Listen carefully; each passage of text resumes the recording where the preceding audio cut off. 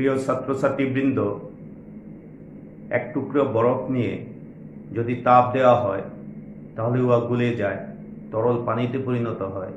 আর এই তরল পানিকে আবারও যদি তাপ দেওয়া হয় তাহলে একসময় ইহা জলীয় বাষ্পে পরিণত হয়। এই জলীয় বাষ্পকে যদি শীতল করা হয় তাহলে আবার তরল পানি পাওয়া যাবে। এই তরল পানিকে যদি আরও বেশি শীতল করা হয় তাহলে 0 ডিগ্রি সেন্টিগ্রেড তাপমাত্রায় ইহা কঠিন বরফে পরিণত হবে। এই যে কঠিন বরফ, তরল পানি এবং জলীয় বাষ্প, এই তিনটি আসলে একই পদার্থ, রাসায়নিক ধর্ম ও সংকেতের দিক দিয়ে একই রকম, এবং ইহা H2O। আমরা যখন কোনো মৌল এবং কোনো যৌগের সাথে রাসায়নিক বিক্রিয়া ঘটাই তাহলে তাদের মধ্যকার পুরনো বন্ধনগুলো ভাঙতে থাকে এবং নতুন নতুন বন্ধন গড়তে থাকে। আর এই নতুন বন্ধন গঠনের মাধ্যমে নতুনধর্মী, ভিন্নধর্মী নতুন পদার্থ পাওয়া যায়, অর্থাৎ উৎপাদ পাওয়া যায়। তাহলে এখন যা বললাম এটা হলো রাসায়নিক পরিবর্তন। আর কঠিন বরফ, তরল পানি এবং জলীয় বাষ্প, সেই ক্ষেত্রে ওই পরিবর্তনটা ছিল ভৌত পরিবর্তন। শিক্ষার্থীবৃন্দ, তোমরা বুঝতে পেরেছ আজকে রসায়ন প্রথম পত্রের 4র্থ অধ্যায় রাসায়নিক পরিবর্তনের প্রথম থেকে রাসায়নিক সাম্যাবস্থা অংশ নিয়ে আমি আজকে তোমাদের সাথে আলোচনা করব, ব্যাখ্যা বিশ্লেষণ করব। তো আমি সাইফুল ইসলাম ভূঁইয়া, সহকারী অধ্যাপক, রসায়ন বিভাগ, মাইলস্টোন কলেজ, ঢাকা। আজকে 7টি রাসায়নিক পরিবর্তনকে তোমাদের উদ্দেশ্যে রাসায়নিক সমীকরণের সাহায্যে উপস্থাপন করছি। দেখো,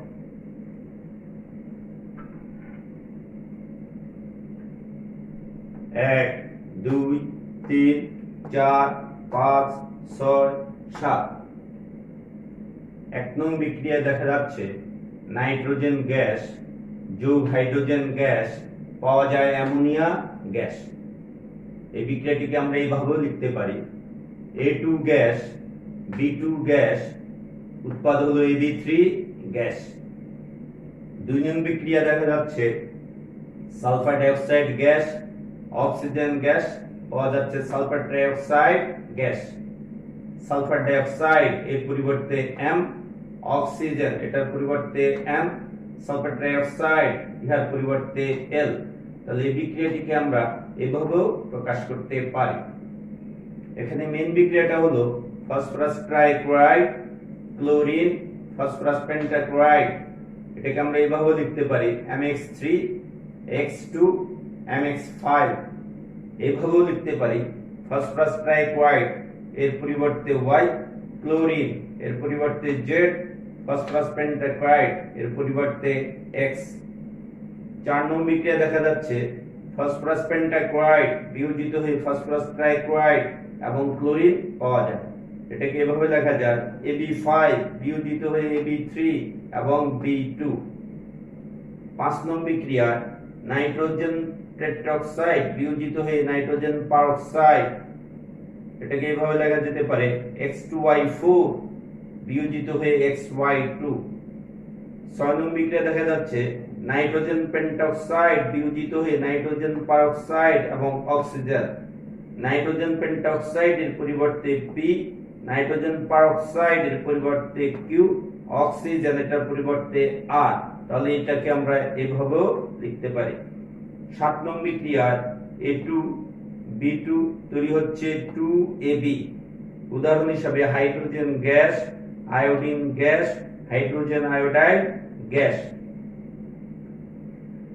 এই যে 7টি রাসায়নিক পরিবর্তন আমরা রাসায়নিক সমীকরণের সাহায্যে দেখালাম, তাপের পরিবর্তন বা তাপ শক্তির পরিবর্তনের উপর ভিত্তি করে এই পরিবর্তনগুলোকে বা এই বিক্রিয়াগুলোকে 2টি ভাগে ভাগ করা যেতে পারে। একটি হলো তাপোৎপাদী বিক্রিয়া আর একটা হলো তাপহারী বিক্রিয়া।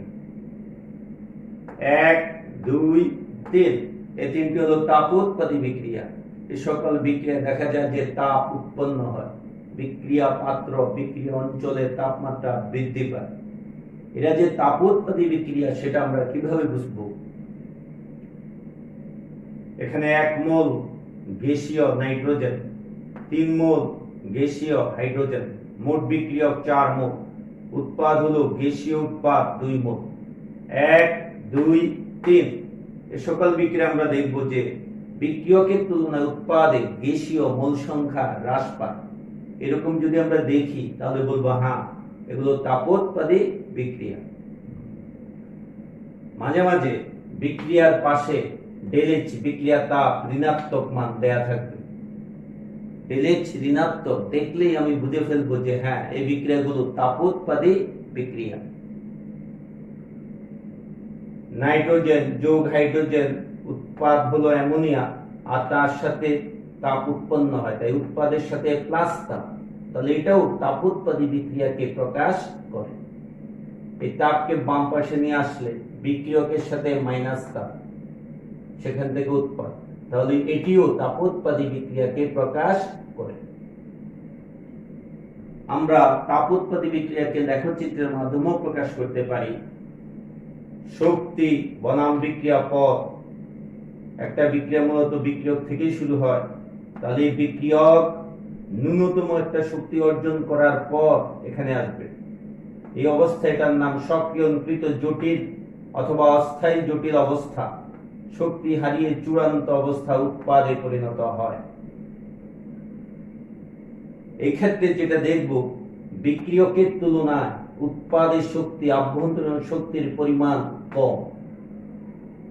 বিক্রিয়কের শক্তি ধরে নিলাম যে এটা হলো 20 কিলো জুল, আর উৎপাদের শক্তি একটু কম, 15 কিলো জুল। তাহলে বিক্রিয়ক থেকে উৎপাদে পরিণত হতে হলে তাকে 5 কিলো জুল শক্তি নির্গত করতে হবে। যেহেতু তাপ উৎপন্ন হচ্ছে, অতএব এটা তাপোৎপাদী বিক্রিয়া। বিক্রিয়ক কণাগুলো ন্যূনতম যে শক্তি অর্জন করার পর অস্থায়ী জটিল অবস্থা বা সক্রিয়কৃত জটিলে পৌঁছে, এই শক্তিটার নাম সক্রিয়ণ শক্তি, যেটাকে আমরা ইএ এনার্জি অফ অ্যাক্টিভেশন বাংলায় সক্রিয়ণ শক্তি দ্বারা প্রকাশ করি। এই লেখচিত্রটিকে আমরা এভাবেও প্রকাশ করতে পারি, শক্তি বনাম বিক্রিয়া পদ, বিক্রিয়ক উপরে উৎপাদ নিচে, বিক্রিয়ক উপরে উৎপাদ নিচে। বিক্রিয়ক কিছু পরিমাণ শক্তি নির্গত করে উৎপাদে পরিণত হয়। এই লেখচিত্র অথবা এই লেখচিত্র উভয়টা থেকে আমরা যেটা দেখি, উৎপাদের তুলনায় বিক্রিয়ক, উৎপাদের তুলনায় বিক্রিয়কের শক্তি, আভ্যন্তরীণ শক্তির পরিমাণ বেশি। একইভাবে 4, 5, 6 এমনকি 7 এই বিক্রিয়াগুলো হলো তাপহারী বিক্রিয়া। এই সকল বিক্রিয়ায় তাপ শোষিত হয়, বিক্রিয়া পাত্র, বিক্রিয়া অঞ্চলের তাপমাত্রা হ্রাস পায়। কি করে বুঝবো যে এরা তাপহারী বিক্রিয়া? 4, 5, 6 এই তিনটি বিক্রিয়ার ক্ষেত্রে যেটা প্রযোজ্য, বিক্রিয়কের তুলনায় উৎপাদে গ্যাসীয় মোল সংখ্যার প্রসারণ বা বৃদ্ধি। কিন্তু 7 নং বিক্রিয়া দেখা যাচ্ছে যে বিক্রিয়ক 2 মোল, উৎপাদও 2 মোল, গ্যাসীয় বিক্রিয়ক 2 মোল, গ্যাসীয় উৎপাদ 2 মোল। এই জাতীয় বিক্রিয়ার ক্ষেত্রে যদি কোনো যৌগ তার মৌল উপাদান থেকে তৈরি হয়, কোনো যৌগ তার মৌল উপাদান থেকে তৈরি হয়, এমনটি হয়, তাহলে এই জাতীয় বিক্রিয়াগুলো তাপহারী বিক্রিয়া। এ সকল বিক্রিয়ায় মূলত এই বিক্রিয়ক পদার্থে যে বন্ধনগুলো আছে, এই বন্ধনগুলো ভাঙতে শোষিত শক্তি আর উৎপাদ, এখানে এবি এর সাথে বি এর নতুন বন্ধন গড়তে নির্গত শক্তি, এই নির্গত শক্তির তুলনায় শোষিত শক্তির পরিমাণ বেশি। তাই উদাহরণ, বিক্রিয়াটিতে তাপ শোষিত হয়, এরা তাপহারী বিক্রিয়া। এছাড়া বিক্রিয়ার পাশে ΔH বা বিক্রিয়া তাপ পজিটিভ দেয়া থাকতে পারে। ΔH পজিটিভ দেখেই আমি বুঝে ফেলবো যে হ্যাঁ, এই বিক্রিয়াগুলো তাপহারী বিক্রিয়া। একটু আগেই বলেছি, এই বিক্রিয়া তাপ শোষিত হয়, বিক্রিয়কের সাথে তাপ প্রয়োগ করতে হয়। বিক্রিয়ক প্লাস তাপ, সেখান থেকে উৎপাদ, তাহলে এটা তাপহারী বিক্রিয়াকে প্রকাশ করে। এই তাপকে আমরা যদি ডান পাশে নিয়ে যাই, তাহলে উৎপাদের সাথে মাইনাস তাপ, তাহলে ইহাও তাপহারী বিক্রিয়াকে নির্দেশ করে। তাপহারী বিক্রিয়াকেও আমরা লেখচিত্রের মাধ্যমে প্রকাশ করতে পারি। শক্তি বনাম বিক্রিয়া পদ, বিক্রিয়ক একটি ন্যূনতম শক্তি অর্জন করার পর অস্থায়ী জটিল অবস্থা বা সক্রিয়কৃত জটিলে পৌঁছবে, আবার শক্তি হারিয়ে চূড়ান্ত ভাবে উৎপাদে পরিণত হবে। এক্ষেত্রে যেটা দেখব সেটা হলো বিক্রিয়কের চেয়ে উৎপাদের শক্তি বেশি। বিক্রিয়কের শক্তি 20 কিলো জুল, উৎপাদের শক্তি একটু বেশি, ধরলাম 30 কিলো জুল। তাহলে বিক্রিয়ক থেকে উৎপাদে যেতে হলে 10 কিলো জুল পরিমাণ শক্তি শোষণ করতে হবে। অতএব ইহা তাপহারী বিক্রিয়াকে নির্দেশ করে। এই লেখচিত্রটিকে আমরা এভাবেও দেখাতে পারি। শক্তি বনাম বিক্রিয়া পদ, বিক্রিয়ক নিচে, উৎপাদ উপরে, বিক্রিয়ক নিচে, উৎপাদ উপরে। বিক্রিয়ক কিছু পরিমাণ শক্তি শোষণ করার পর উৎপাদে পরিণত হয়। উভয় লেখচিত্র থেকে যেটা দেখা যায় যে তাপহারী বিক্রিয়ার ক্ষেত্রে উৎপাদের তুলনায় বিক্রিয়কের শক্তি বা অভ্যন্তরীণ শক্তির পরিমাণ কম। আমরা বলেছিলাম যে তাপোৎপাদী বিক্রিয়ার ক্ষেত্রে ΔH ঋণাত্মক। এটা আমরা এই লেখচিত্র থেকে পরিষ্কার বুঝতে পারি। ΔH বা বিক্রিয়া তাপ সমান উৎপাদের শক্তি বিয়োগ বিক্রিয়কের শক্তি। উৎপাদের শক্তি ধরলাম 20 কিলো জুল, বিয়োগ বিক্রিয়কের শক্তি একটু বেশি 30 কিলো জুল। তাহলে ΔH পেলাম আমরা -10, ঋণাত্মক মান। একইভাবে তাপহারী বিক্রিয়ার ক্ষেত্র ΔH বা বিক্রিয়া তাপ সমান উৎপাদের শক্তি বিয়োগ বিক্রিয়কের শক্তি। উৎপাদের শক্তি একটু বেশি 30 কিলো জুল, বিক্রিয়কের শক্তি একটু কম, তাহলে -20 কিলো জুল। তাহলে ΔH পেলাম আমরা পজিটিভ +10। তাহলে আমরা দেখলাম যে তাপশক্তির পরিবর্তনের উপর ভিত্তি করে বিক্রিয়াগুলোকে আমরা তাপোৎপাদী এবং তাপহারী এই দুটি ভাগে ভাগ করতে পারি। আর তাপোৎপাদী বিক্রিয়াকে আমরা বিভিন্ন ওয়েতে লিখতে পারি, প্রকাশ করতে পারি। তাপহারী বিক্রিয়াকেও আমরা এভাবে প্রকাশ করতে পারি।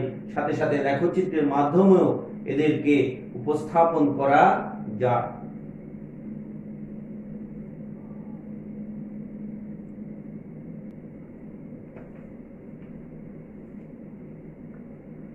শিক্ষার্থীবৃন্দ, রাসায়নিক পরিবর্তন অধ্যায়ে প্রথম থেকে রাসায়নিক সাম্যাবস্থা পর্যন্ত অংশে গুরুত্বপূর্ণ জ্ঞানমূলক এবং অনুধাবনমূলক প্রশ্ন, কিছু নমুনা প্রশ্ন তোমাদের জন্য উপস্থাপন করছি। জ্ঞানমূলক প্রশ্নের মধ্যে সবুজ রসায়ন, অ্যাটম ইকোনমি, বিক্রিয়া হার, বেগ ধ্রুবক, সক্রিয়ণ শক্তি, অটো প্রভাবক, আবিষ্ট প্রভাবক, সমসত্ব প্রভাবক, প্রভাবক সহায়ক, প্রভাবক বিষ, এনজাইম, রাসায়নিক সাম্যাবস্থা, সাম্যধ্রুবক, কেপি, কেসি, লা-শাতেলিয়ার নীতি, ভর ক্রিয়া সূত্র, সক্রিয় ভর ইত্যাদি। অনুধাবন অংশে কিভাবে উভমুখী বিক্রিয়াকে একমুখী করা যায়, বিক্রিয়কের ঘনমাত্রা বৃদ্ধি করলে বা তাপমাত্রা বৃদ্ধি করলে বিক্রিয়া বেগ বৃদ্ধি পায় কেন, সক্রিয়ণ শক্তি কিভাবে বিক্রিয়া হারকে নিয়ন্ত্রণ করে, MnSO4 ম্যাঙ্গানাস সালফেট একটি অটো প্রভাবক কেন, ফসফরিক অ্যাসিড একটি ঋণাত্মক প্রভাবক কেন, অনুঘটক কিভাবে বিক্রিয়া বেগকে ত্বরান্বিত করে, রাসায়নিক সাম্যাবস্থা গতিশীল ব্যাখ্যা করো, সাম্যধ্রুবক কেপি কেসি কখনো শূন্য বা অসীম হতে পারে না, বিশ্লেষণ করো। শিক্ষার্থীবৃন্দ, এবার আমরা উদ্দীপক তৈরি করে সেখান থেকে সম্ভাব্য প্রশ্ন নিয়ে আলোচনা করব। আমরা 3টি বিক্রিয়া নিয়ে আসলাম, 1, 2, 3। লেখচিত্র থেকে একটি বা দুটি লেখচিত্র এনেও উদ্দীপক তৈরি করা যেতে পারে। আজকে বিক্রিয়ক 2 মোল, উৎপাদ 4 এবং 1 5 মোল। তাহলে গ্যাসীয় বিক্রিয়কের তুলনায় উৎপাদে মোল সংখ্যা বেশি, অতএব এটা তাপহারী বিক্রিয়া। একইভাবে 1 মোল গ্যাসীয় বিক্রিয়ক থেকে 2 মোল গ্যাসীয় উৎপাদ, তাহলে এই ক্ষেত্রে মোল সংখ্যার বৃদ্ধি, অতএব ইহাও তাপহারী বিক্রিয়া। এখানে দেখা যাচ্ছে গ্যাসীয় মোল সংখ্যা হলো 1 এবং 3, 4 মোল, আর উৎপাদ 2 মোল।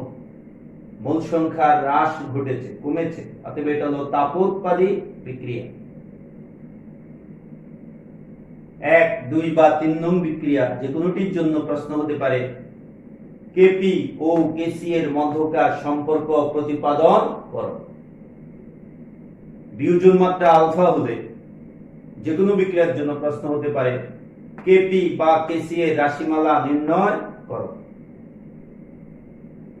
প্রয়োজনীয় ডাটা দেয়া থাকবে, সেখান থেকে কেপি নির্ণয় করো, কেসি নির্ণয় করো। প্রয়োগ অংশে গাণিতিক সমস্যাও আসতে পারে।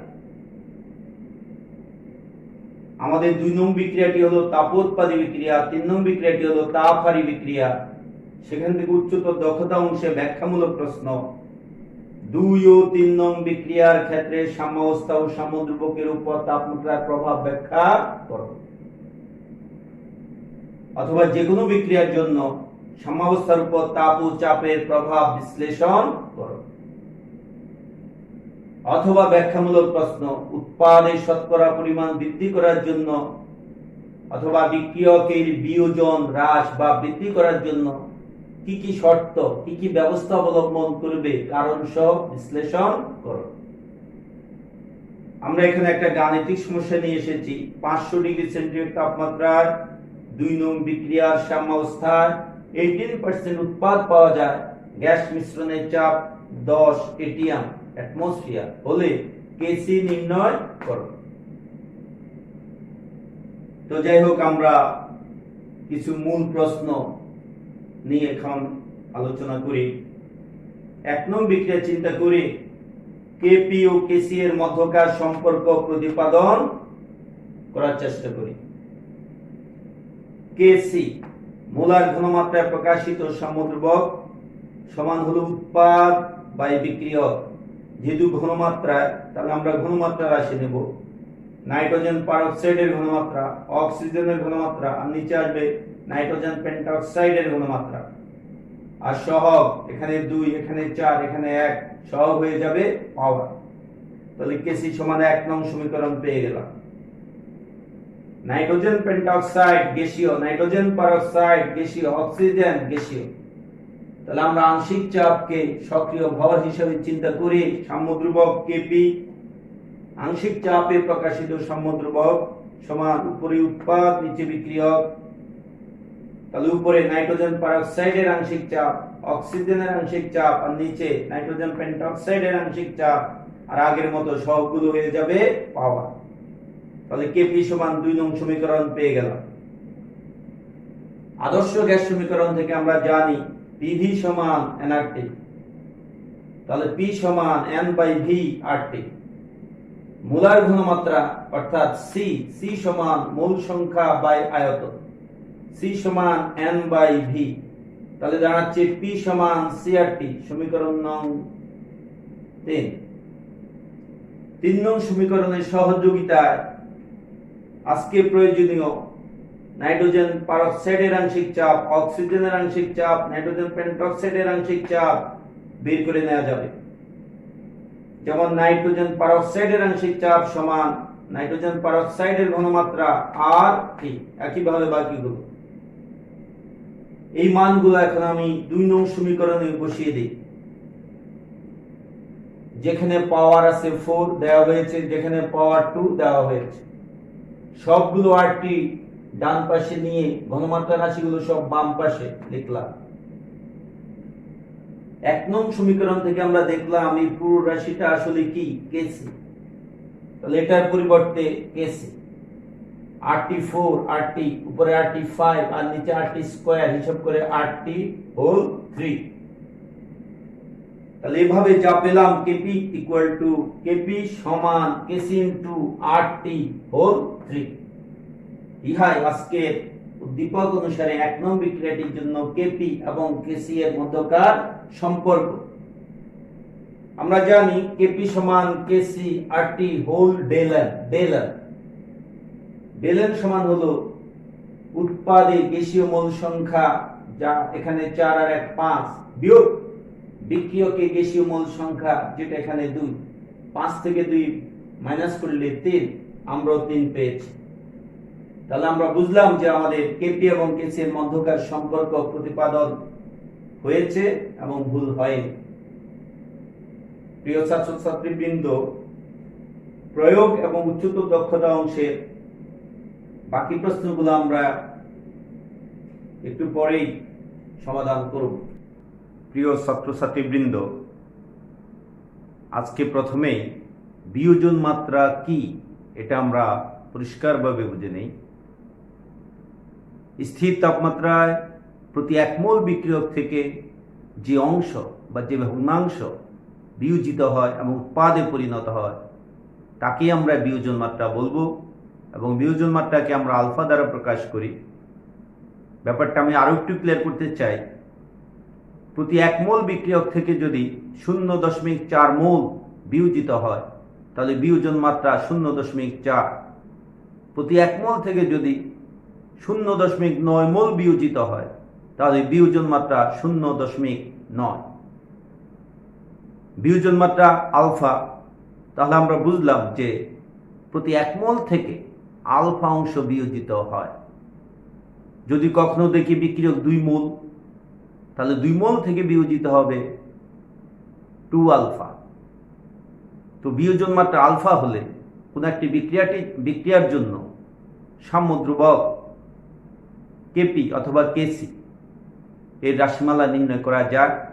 আজকে আমরা উদ্দীপকের 1 নং বিক্রিয়ার জন্য বিয়োজন মাত্রা আলফা, তাহলে কেপি এর রাশিমালা প্রতিপাদন করব। দেখো,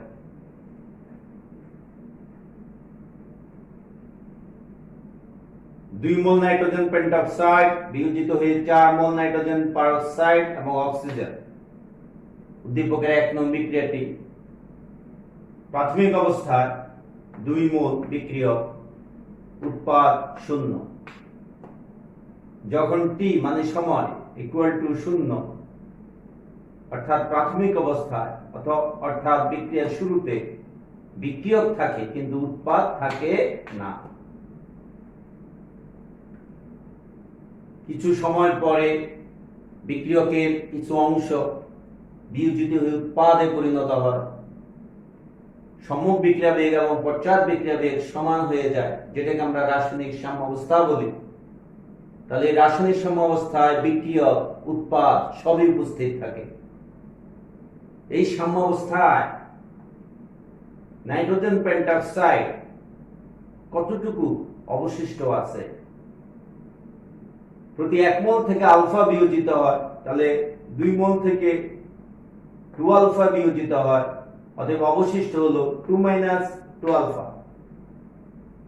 কমন নেওয়ার পর দিস বিক্রিয়ার দিকে তাকে আমরা দেখতেছি নাইট্রোজেন পেন্টঅক্সাইড 2 মোল, তখন নাইট্রোজেন পারঅক্সাইড তৈরি হয় তার ডাবল 4 মোল। আমরা বলেছি আমাদের পেন্টঅক্সাইড আসলে 2 আলফা বিয়োজিত হচ্ছে, তাহলে তার ডাবল 4 আলফা নাইট্রোজেন পারঅক্সাইড তৈরি হবে। একইভাবে বিক্রিয়ার দিকে তাকিয়ে আমরা কি দেখতেছি? 2 মোল নাইট্রোজেন পেন্টঅক্সাইড বিয়োজিত হয়ে তার অর্ধেক মানে 1 মোল অক্সিজেন পাওয়া যায়। আমরা একটু আগে বলেছি এখানে 2 আলফা বিয়োজিত হচ্ছে, তাহলে তার অর্ধেক মানে আলফা অক্সিজেন সাম্যাবস্থায় তৈরি হবে। সাম্যাবস্থায় মোট মোল সংখ্যা, নাইট্রোজেন পেন্টঅক্সাইডের মোল সংখ্যা, নাইট্রোজেন পারঅক্সাইডের মোল সংখ্যা, অক্সিজেনের মোল সংখ্যা সব যোগ করে পেলাম 2 + 3 আলফা।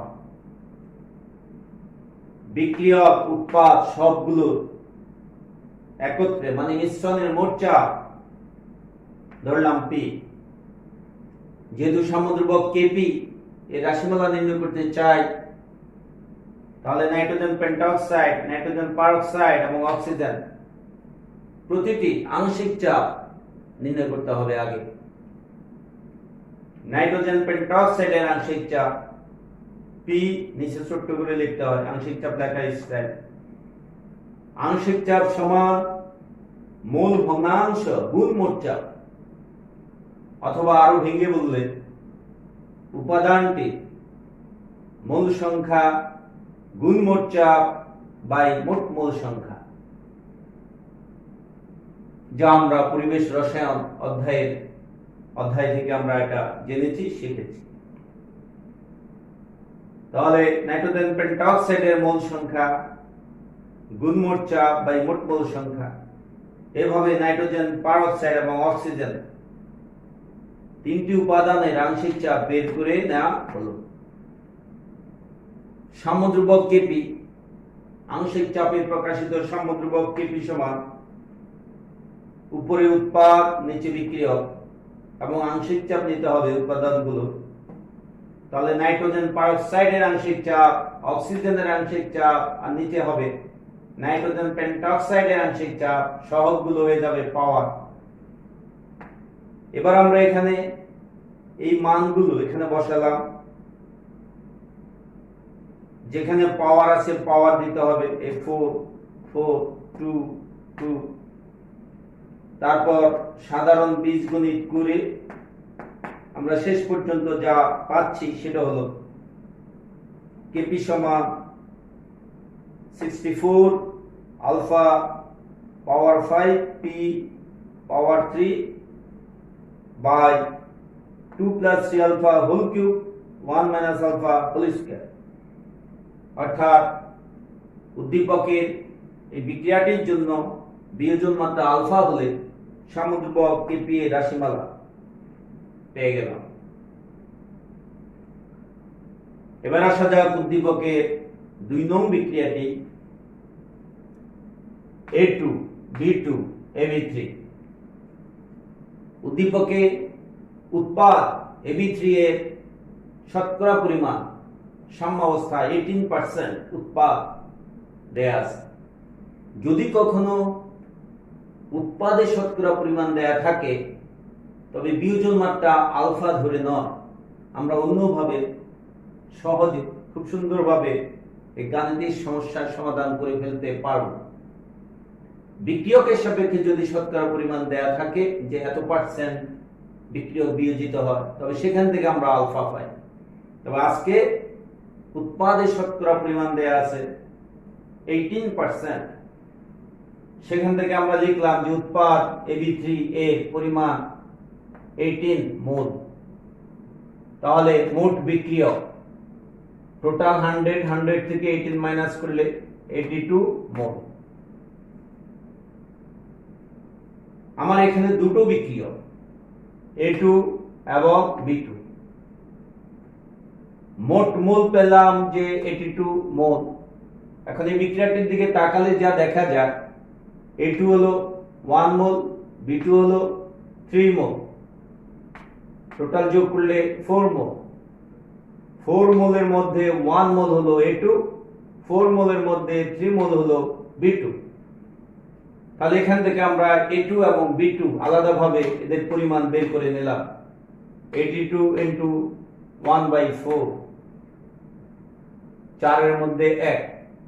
একইভাবে B2 এর পরিমাণ বের করে নিলাম 82 ইনটু 3/4। যেহেতু আমি কেপি নির্ণয় করব, উদ্দীপকে মোট চাপ 10 অ্যাটমসফিয়ার দেয়া আছে, তাহলে এখান থেকে আমি কেপি নির্ণয় করতে পারবো। আর কেপি নির্ণয় করতে হলে প্রতিটি উপাদানে আংশিক চাপ বের করতে হবে। তাহলে PA2 এটা হলো A2 এর আংশিক চাপ, B2 এর আংশিক চাপ, AB3 এর আংশিক চাপ। আংশিক চাপ সমান উপাদানটির মোল সংখ্যা গুণ মোট চাপ বাই মোট মোল সংখ্যা। এভাবে তিনটি উপাদানের আংশিক চাপ আমরা বের করে নিলাম। এখন সাম্যধ্রুবক কেপি, উপরে উৎপাদ নিচে বিক্রিয়ক। AB3 এটার আংশিক চাপ আর নিচে A2 এর আংশিক চাপ, B2 এর আংশিক চাপ, সহগগুলো হয়ে যাবে পাওয়ার।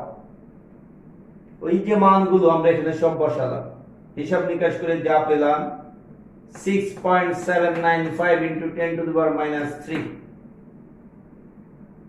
তাহলে এটার একক কি হবে? এখানে চাপের একক দেয়া আছে অ্যাটমসফিয়ার, তাহলে আংশিক চাপের একক অ্যাটমসফিয়ার। তাহলে এখানে অ্যাটমসফিয়ার বসালাম, এটার পাওয়ার হবে ডেল এন। ডেল এন এখানে যা আছে 2 থেকে 4 মাইনাস, তাহলে -2। শর্টকাটে বা ডাইরেক্ট নির্ভুলভাবে একক বের করার জন্য, যেহেতু চাপ এখানে অ্যাটমসফিয়ার, তাহলে কেপি এর একক হলো এটিএম এটার পাওয়ার হবে ডেল এম। ডেল এম এর মান আমি বিক্রিয়া থেকে পাবো। অথবা আমরা এখানে এটার একক অ্যাটমসফিয়ার পাওয়ার স্কয়ার, এটার একক অ্যাটমসফিয়ার, এটার একক অ্যাটমসফিয়ার পাওয়ার 3, এখান থেকে হিসাব করেও atm -2 এটা পেয়ে যাও। প্রশ্নে যদি থাকতো যে কেপি নির্ণয় করো, তাহলে এখানেই শেষ। কিন্তু আজকের প্রশ্নে কেসি নির্ণয় করো। তাহলে এখন আমাকে আবার এই সমীকরণটা ব্যবহার করতে হবে। কেপি সমান কেসি ইনটু আরটি, পাওয়ার হলো ডেল আর। সেখান থেকে কেসি বের করে নিলাম। আজকে চাপ হলো অ্যাটমসফিয়ার, এটিএম অ্যাটমসফিয়ার। তাহলে আর এর মান লিটার অ্যাটমসফিয়ার যে এককটা সেটা আমরা ব্যবহার করব। আর এর মান 0.0821 litre atmosphere per kelvin per mole. তাপমাত্রা 500 ডিগ্রি সেন্টিগ্রেড, সেটাকে কেলভিনে নেওয়া হলো। আর ডেল এন বিক্রিয়া থেকে উৎপাদের মোল সংখ্যা বিয়োগ বিক্রিয়কের মোল সংখ্যা, সেখান থেকে -2 পেলাম। এই মানগুলো সব বসিয়ে দিলেই আমরা কেসি এর মান পেয়ে যাচ্ছি। এখানেও কেসি এর একক কি? ঘনমাত্রার একক হলো মোল পার লিটার, তাহলে তার পাওয়ার হবে ডেল আর। এটাকে আমরা লিটার স্কয়ার মোল -2 লিখতে পারি। তাহলে যখন উৎপাদের সাম্যাবস্থা উৎপাদের শতকরা পরিমাণ দেয়া থাকবে, তখন আমরা বিয়োজন মাত্রা আলফা নয়, এইভাবে আমরা অতি সহজে সুন্দরভাবে গাণিতিক সমস্যার সমাধান করে ফেলতে পারি। প্রিয় ছাত্রছাত্রীবৃন্দ, আমাদের উদ্দীপকের দুটো বিক্রিয়া A2 প্লাস B2 AB3, আরেকটি বিক্রিয়া X বিয়োজিত হলে Y প্লাস Z, এই দুটো বিক্রিয়ার সাম্যাবস্থার উপর তাপের প্রভাব এবং সামুদ্রবকের উপর তাপের প্রভাব ব্যাখ্যা করো। আমরা বিক্রিয়া দুটো এখানে লিখেছি। এখন দেখা যাক ব্যাখ্যাটা আমরা কিভাবে দেব বা দিতে পারি। প্রথমে আমাদেরকে লা শাতলিয়ার নীতি এটা সুন্দর করে লিখে দিতে হবে। নীতিটা কেমন ছিল? কোন উভমুখী বিক্রিয়ার সাম্যাবস্থায় যদি কোনো একটি নিয়ামক তাপমাত্রা, চাপ বা ঘনমাত্রা পরিবর্তন করা হয়, তবে সাম্যের অবস্থান এমন ভাবে বদলাবে যাতে নিয়ামক পরিবর্তনের ফলাফল প্রশমিত হয়। এখানে নিয়ামক বলতে তাপমাত্রা অথবা চাপ অথবা ঘনমাত্রাকে বোঝানো হয়েছে। আর সাম্যের অবস্থান এমন ভাবে বদলাবে, এখানে আসলে দুটি সম্ভাবনা আছে। কখনো দেখবো যে বিক্রিয়াটি সামনের দিকে ধাবিত হয়, তখন উৎপাদের পরিমাণ, উৎপাদের শতকরা পরিমাণ বেড়ে যায়। তখন আমরা বলি যে সাম্যাবস্থাটা সম্মুখে বা ডানে সরে যায়। এটা একটা পরিবর্তন। অথবা উল্টো হতে পারে, দেখবো যে বিক্রিয়াটি পশ্চাৎ দিকে ধাবিত হয়, তখন উৎপাদের পরিমাণ, উৎপাদের শতকরা পরিমাণ হ্রাস পায়। আর এই অবস্থায় আমরা বলতে পারি যে সাম্যাবস্থা বামে বা পশ্চাতে সরে আসে। তাহলে আমাদের তাপ, চাপ, ঘনমাত্রা যদি হ্রাস অথবা বৃদ্ধি কোন একটি করা হয়, তবে আমাদের সাম্যাবস্থা হয়তো সামনে, না হয় পেছনে সরে আসবে। লা শাতলীয় নীতির মূল কথা এটি। এবার উদ্দীপকে ফিরে আসি। 1 এবং 3 মোট 4 মোল গ্যাসীয় বিক্রিয়ক থেকে 2 মোল উৎপাদ হচ্ছে তাহলে এই বিক্রিয়াটি তাপোৎপাদী বিক্রিয়া। এখানে গ্যাসীয় পদার্থের মোল সংখ্যা হ্রাস ঘটেছে। যেহেতু তাপোৎপাদী বিক্রিয়া, তাহলে ΔH বা বিক্রিয়া তাপ ঋণাত্মক। তাহলে এই বিক্রিয়ায় সম্মুখ বিক্রিয়া চিন্তা করলে তাপ উৎপন্ন হবে, পশ্চাৎ বিক্রিয়ায় সমপরিমাণ তাপ শোষিত হবে। এবার যদি তাপমাত্রা বাড়ানো হয়, তাহলে এই যে প্রয়োগকৃত তাপ লা-শাতিলীয় নীতি অনুসারে বিক্রিয়ার মাধ্যমে শোষিত হবে। তাহলে তাপ শোষণের জন্য বিক্রিয়াটি পশ্চাৎ দিকে ধাবিত হবে। যেহেতু বিক্রিয়াটি পশ্চাৎ দিকে ধাবিত হচ্ছে, তাহলে উৎপাদের পরিমাণ বা উৎপাদের শতকরা পরিমাণ এখানে হ্রাস পাবে। এই অবস্থায় আমি বলবো যে হ্যাঁ, বিক্রিয়াটির সাম্যাবস্থা পশ্চাতে বা বামে সরে আসে।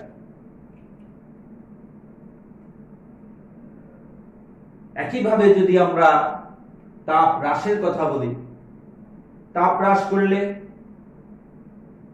যতটুকু তাপ হ্রাস করলাম, হ্রাসকৃত তাপ আগের মতোই লা-শাতিলীয় নীতি অনুযায়ী এই বিক্রিয়ার মাধ্যমে সেটা উৎপন্ন হতে হবে।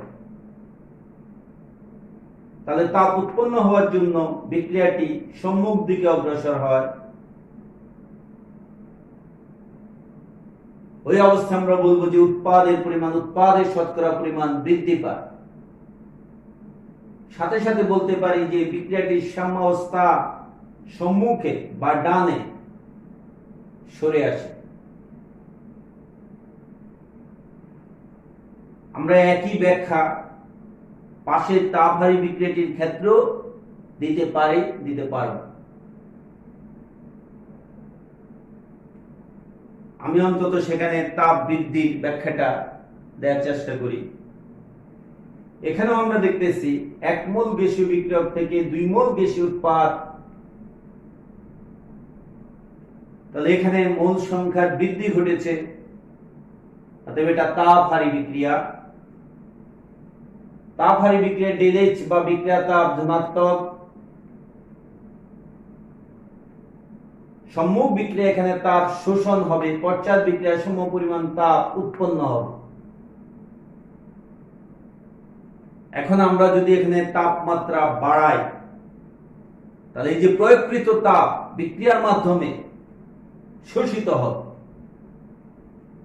তাহলে তাপ শোষণের জন্য বিক্রিয়াটি সম্মুখ দিকে ধাবিত হবে। তাহলে আমি বলবো উৎপাদ এর পরিমাণ অথবা উৎপাদের শতকরা পরিমাণ এখানে বৃদ্ধি পাবে। সাথে সাথে বলবো সাম্যাবস্থা সম্মুখে বা ডানে সরে আসে। তাহলে এইভাবে আমরা তাপ হ্রাস করলে কি হবে সেই ব্যাখ্যাটাও নির্ভুলভাবে দিতে পারব। তাহলে লা-শাতিলীয় নীতিটা লিখে বিক্রিয়া থেকে প্রয়োজনীয় তথ্যগুলো একের পর এক দিয়ে তাপ বৃদ্ধি করলে কি হয়, হ্রাস করলে কি হয়, এভাবে আমরা ব্যাখ্যা দিয়ে দেব। তাহলে এটা হলো সাম্যাবস্থার উপর তাপের প্রভাব। এবার সাম্য ধ্রুবক বা সাম্যাঙ্ক, এটার উপর তাপমাত্রার প্রভাব।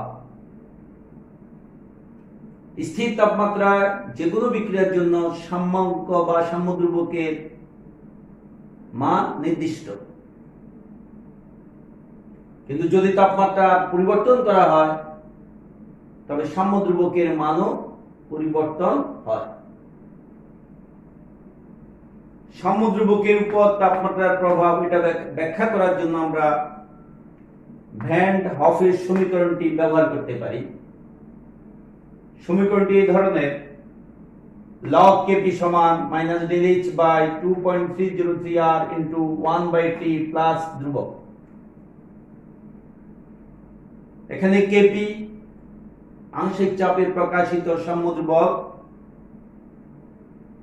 R মোলার গ্যাস ধ্রুবক, ΔH বিক্রিয়া তাপ, T তাপমাত্রা। আমরা যদি ওয়াই অক্ষে লগ কেপি কে নেই আর এক্স অক্ষে 1/t কে নেই আর পুরো মাইনাস ডেল এইচ বাই 2.303 আর এটা এখানে ঢাল অর্থাৎ m, তাহলে দেখা যাচ্ছে ইহা y mx c সরলরেখার একটি সমীকরণ। অর্থাৎ log kp বনাম 1/t এই লেখচিত্রটা যখন অঙ্কন করব তখন তাপোৎপাদী বিক্রিয়া হোক আর তাপহারী বিক্রিয়া হোক আমরা একটি সরলরেখা পাবো। তাপোৎপাদী বিক্রিয়ার জন্য লেখচিত্রটি, তাপহারী বিক্রিয়ার জন্য লেখচিত্রটি। এবার এই লেখচিত্র থেকে যখন আমরা ব্যাখ্যা বিশ্লেষণে যাব দেখা যাবে শেষ পর্যন্ত কনক্লুশন, উপসংহার বা সিদ্ধান্ত আগের মতোই। আগে যেমন সাম্যাবস্থার উপর তাপের প্রভাব ব্যাখ্যা করেছি, এখান থেকে একই ফলাফল পাওয়া যাবে। দেখা যাক আমরা তাপোৎপাদী বিক্রিয়ার জন্য লেখচিত্র থেকে ব্যাখ্যা দেওয়ার চেষ্টা করি। তাপমাত্রা বৃদ্ধি, যদি তাপমাত্রা বাড়ানো হয় তাহলে 1/t এর মান কমবে। 1/t এর মান কমবে, তাহলে লেখচিত্র থেকে আমি এই দিকে যাব না, আমাকে পিছনের দিকে আসতে হবে। সাথে সাথে আমরা দেখতেছি log kp এর মানও কমতেছে। তাই আমরা কি বলতে পারি, তাপমাত্রা বৃদ্ধি অর্থাৎ 1/t হ্রাস করলে সাথে সাথে log kp অথবা kp এর মান কমতে থাকে, আমরা তাই লিখেছি। আবার আমরা জানি kp সমান উৎপাদ বাই বিক্রিয়ক, উৎপাদের আংশিক চাপ বাই বিক্রিয়কের আংশিক চাপ। যেহেতু kp এখানে হ্রাস পায় তাহলে উৎপাদের পরিমাণও এখানে হ্রাস পাবে, উৎপাদের পরিমাণ বা উৎপাদের শতকরা পরিমাণ কমে।